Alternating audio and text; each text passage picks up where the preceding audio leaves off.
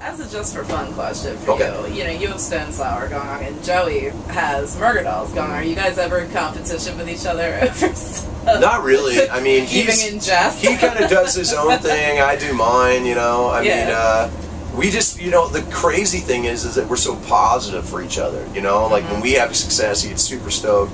When they blow up, I get super stoked for him. You know, I mean, that's what you do. You know, I mean, it's never really been about competition because it is two very different styles, you know. Definitely. And so, you know, we support each other, you know, we back each other up, you know. I've been a fan of his writing since, you know, before we were in a band together. So for me, I just love seeing him just enjoying himself, going out, killing it, you know.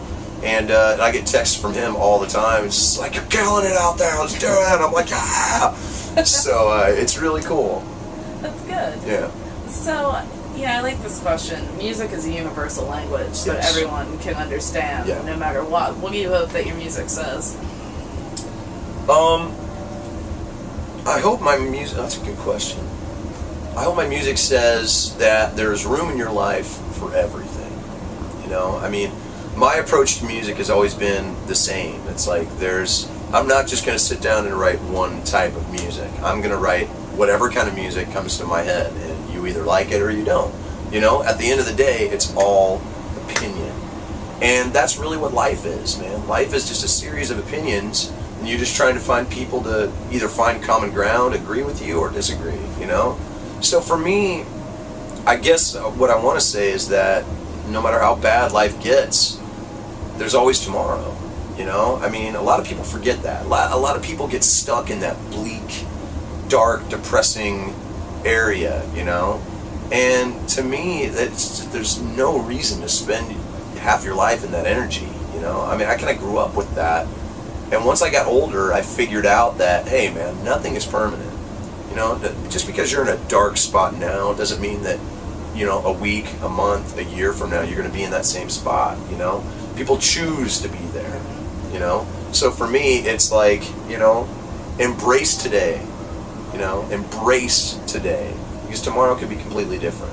And that's what I hope my music says. Good. That's very well put. Thank you.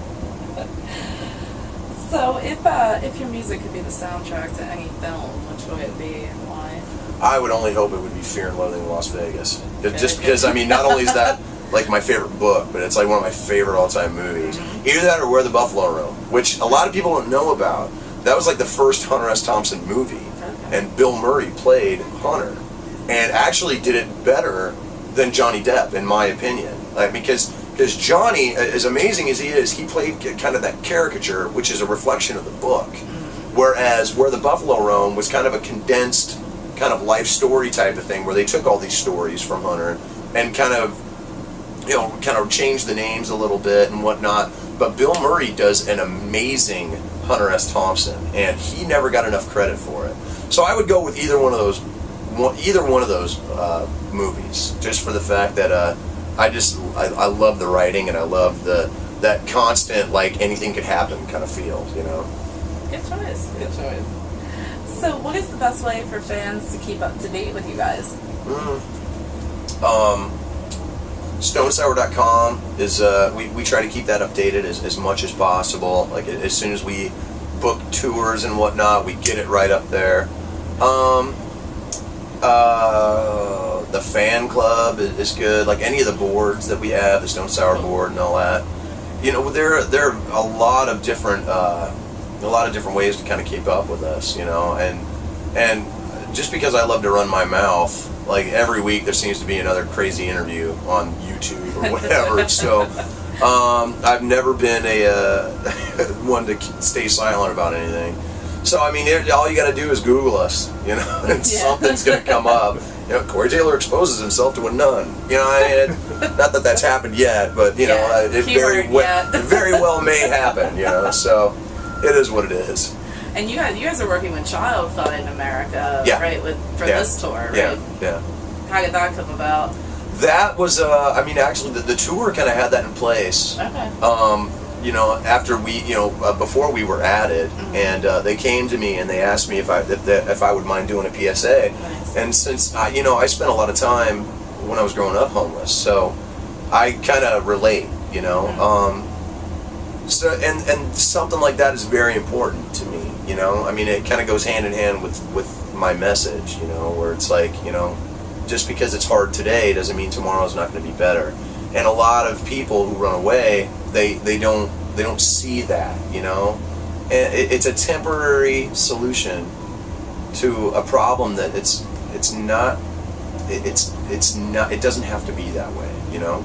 So for me, it was very important to kind of help get the word out that there are people who are ready to help, you know. There are people who are ready to listen, and that's the thing, you know. It's not just about finding these people and getting them home safe or whatever. It's about finding a solution to that problem, you know. They look into the home, they look into, you know, if there's any abuse, or if there's neglect, or if there's this or that, and they really try to solve that problem, you know. So it's a long-term solution, and that's why I support it as much as I do, because they truly care and they truly believe. So anything I can do is it's not enough. Let's put it that way. Well, it's definitely a great thing to be involved with. Well, I mean, Tara, I mean, truly, I mean, I've been in a lot of places where you know, there are a lot of homeless kids, you know. I mean, everywhere from, you know, a place like Portland, which has a very high homeless rate, you know, to a place like Washington, D.C., which is just as brutal. At more of the point, Baltimore, which is just outside. And, you know, if I can help a handful of kids, those kids are going to help them. And then it's exponential. And it's too important not to do. So. Well, thank you so much for taking the time out Well, it's to all speak good. with me. It's all good. Is there any message or comment you'd like to share with our site visitors? If you're coming to a summer festival, pack wet wipes. Because I'm telling you right now, you're going to start to gum up in certain areas. It's going to be disgusting. And we can smell it. So please, do us a favor, do yourself a favor, and just, you know, clean out the mailbox. You know what I'm saying? I mean, flush it out, you know.